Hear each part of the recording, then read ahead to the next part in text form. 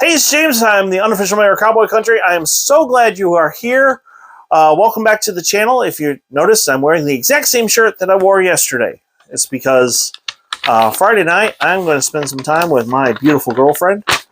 And so I made this video ahead of time because, well, I want to go see her. So we are going to talk about football, specifically returning production.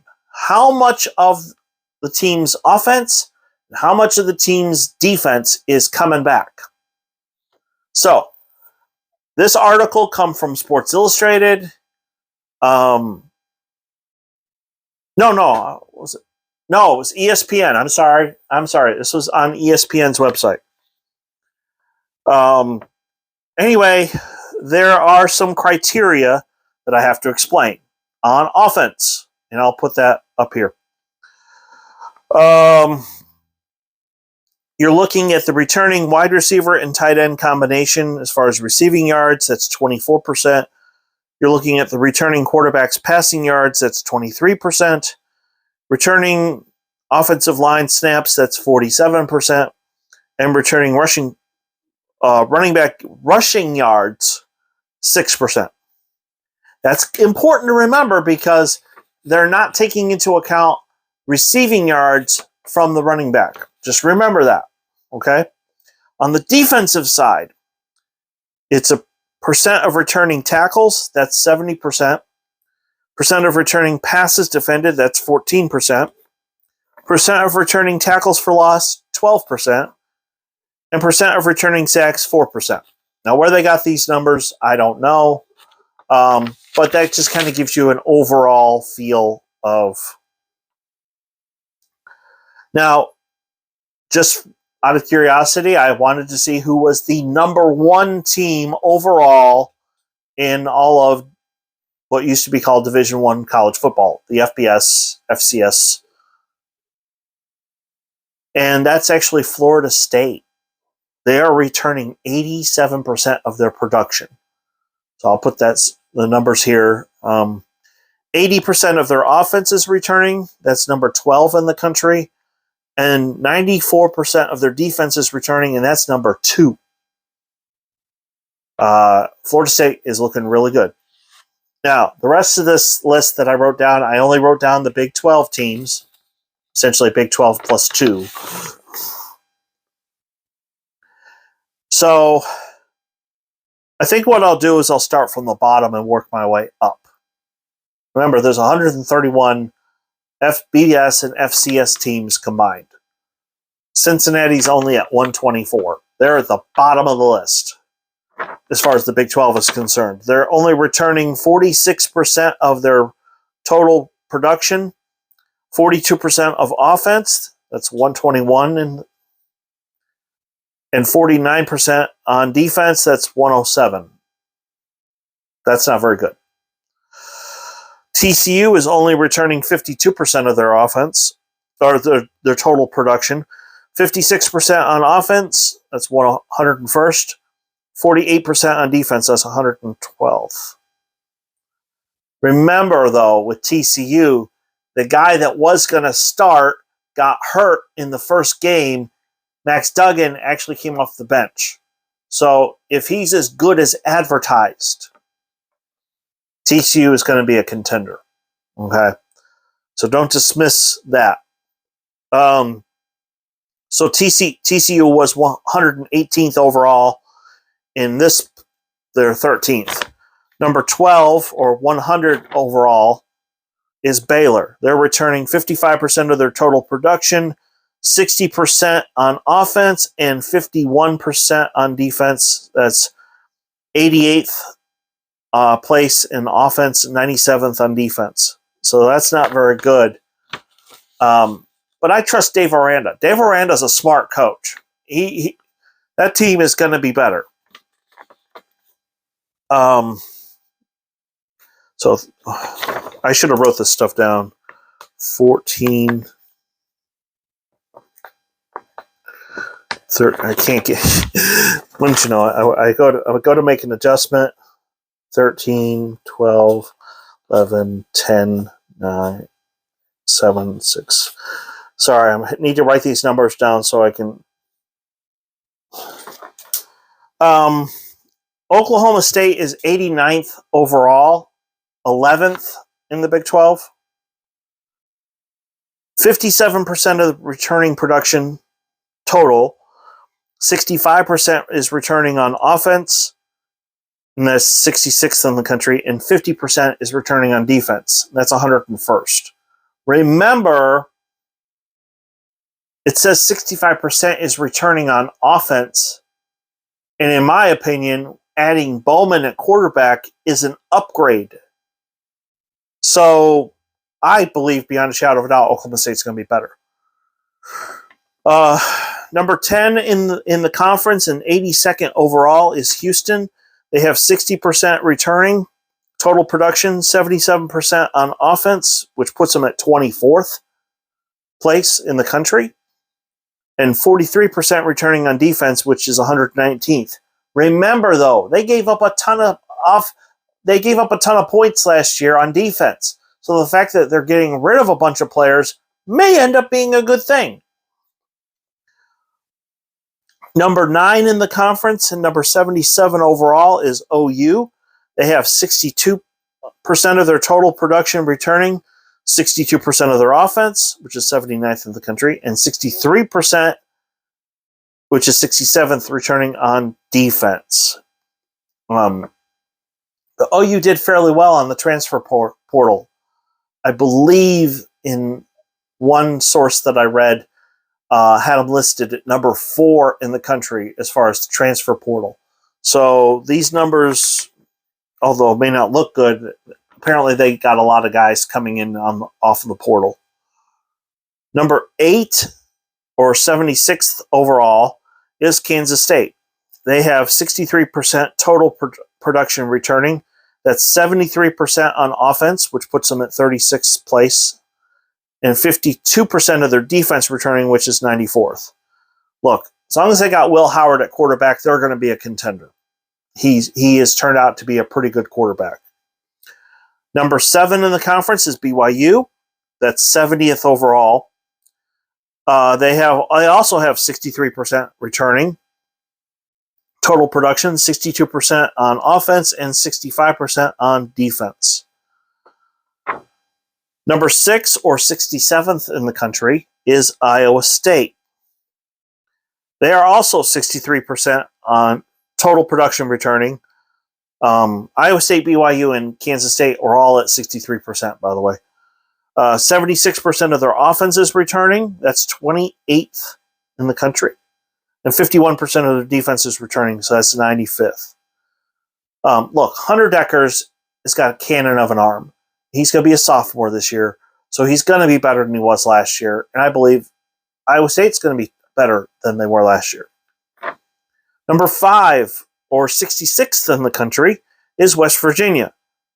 They are returning 64% of their total production, 60% on offense, which is 89th, and 68% on defense, which is 49th. Remember, JT Daniels is gone.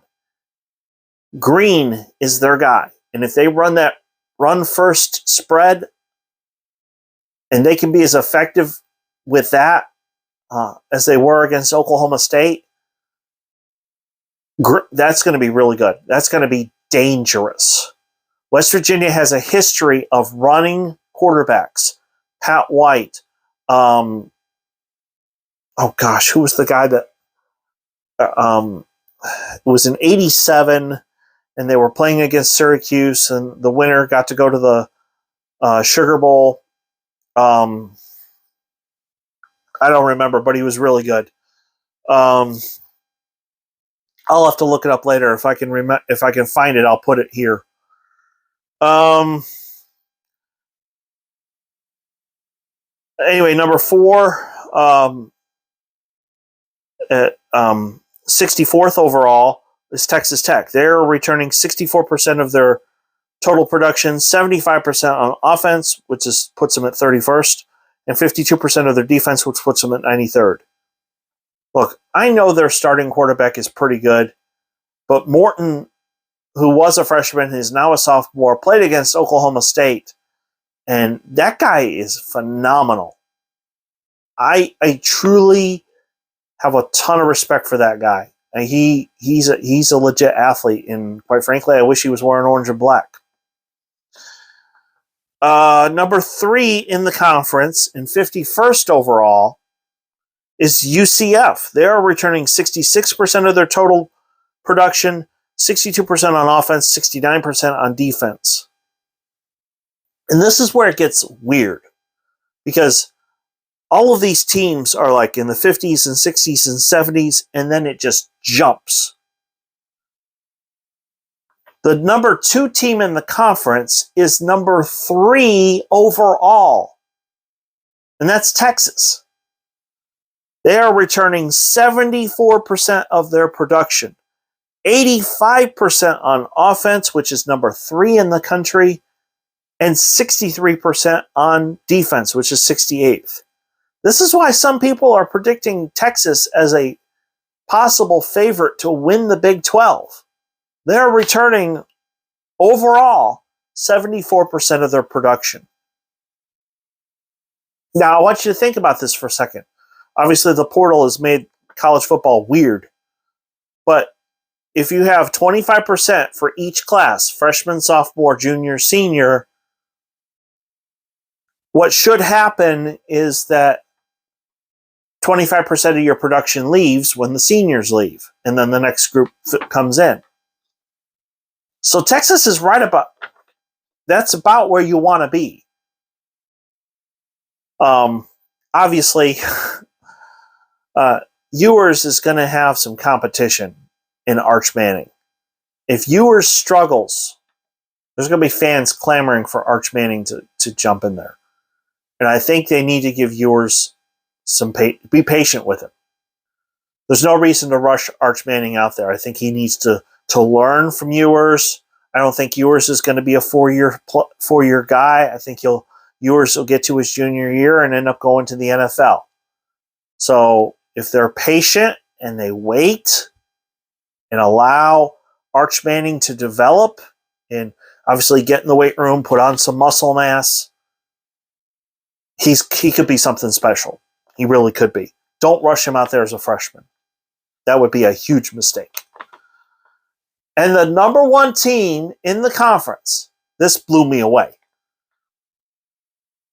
Number 2 overall, as far as returning production is concerned, is Kansas. These guys. Jay, how'd you do it? They are returning 85% of their total production. That's about 91% of their offense, according to these stats, is returning. That's number 1 in the country. 80% of their defense is returning. That's number 10. Now, understand this. The one thing going against Oklahoma State with the way they figured this all out, they didn't account for, and the one thing that Oklahoma State does really well, I believe, that a lot of other teams should do more of, and that is because Oklahoma State hasn't had a legitimate tight end, the check down receiver is usually the running back out of the backfield. The running back will run a wheel route, and so if both your outside receivers are covered, your slot receivers are covered, you throw to at least that's what Oklahoma State's been doing the last couple of years. And I'll go back and watch the videos. The way they got Ollie Gordon involved in the offense really was to throw him the football.